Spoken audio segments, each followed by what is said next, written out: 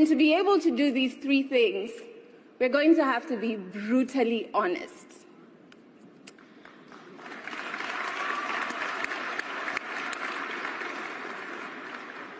The history of colonization is understandably very important. For Africa, it's a path that is as painful as it is destructive. And the effects of colonization can still be felt to date. And I'm not just saying economically, but even on an interpersonal level. We, as Africans, feel the pain of colonization every single day.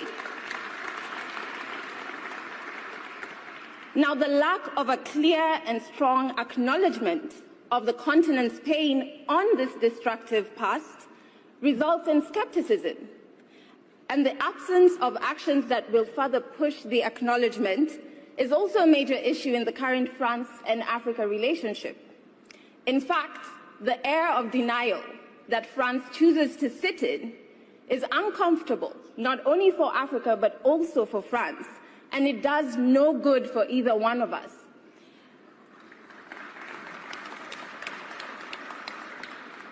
How can you trust the source of your pain when the source doesn't acknowledge it? All right. I greet you, lovers of freedom. I believe you all watched the video and you see how Emmanuel Macron was moping. And if you see the way he is looking, you will think that what the young lady was saying is entering his ears. You see these people, these Western leaders, despite the fantastic presentation this our amiable African lady presented about slave trade and colonization, this is the injustice. This is the height of injustice ever melted on creature, on human. We are talking about the people that survived.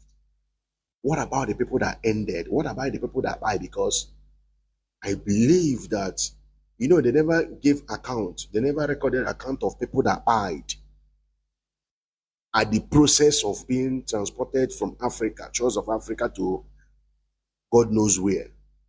Is it the people they threw inside the Atlantic Ocean because the boat, was somehow, unbalanced? The best way, they discovered that the only way to make the boat or the ship to be stable is to carry some slaves who they don't buy, drop them inside water. We are not talking about those ones. We are not talking about the ones that died out of torture. We are not talking about because the account of those ones was not recorded.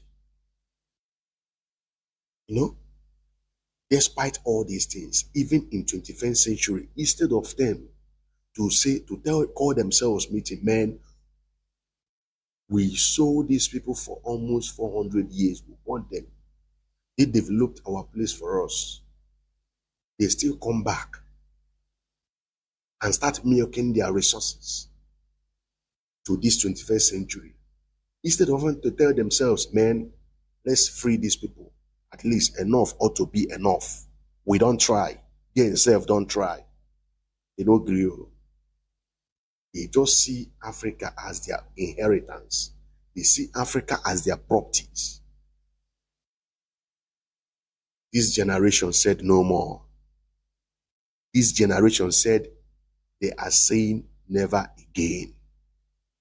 This very generation of African youth, African children, they said never again. Most of the people that died, they've reincarnated and they've risen up and they are saying never again. This is the message you guys ought to understand. The earlier you people realize this thing, the better for you people. Because this youth, this African youth I'm seeing, man, they are not going back. Oh, they will expose everything exposable. Look at the way he was looking. You will think that what the young lady was saying, they touch him. You know, touch him. Oh. You know, touch him. For your mind, he go say, Mumu, they talk with you, they talk now. That one now your business.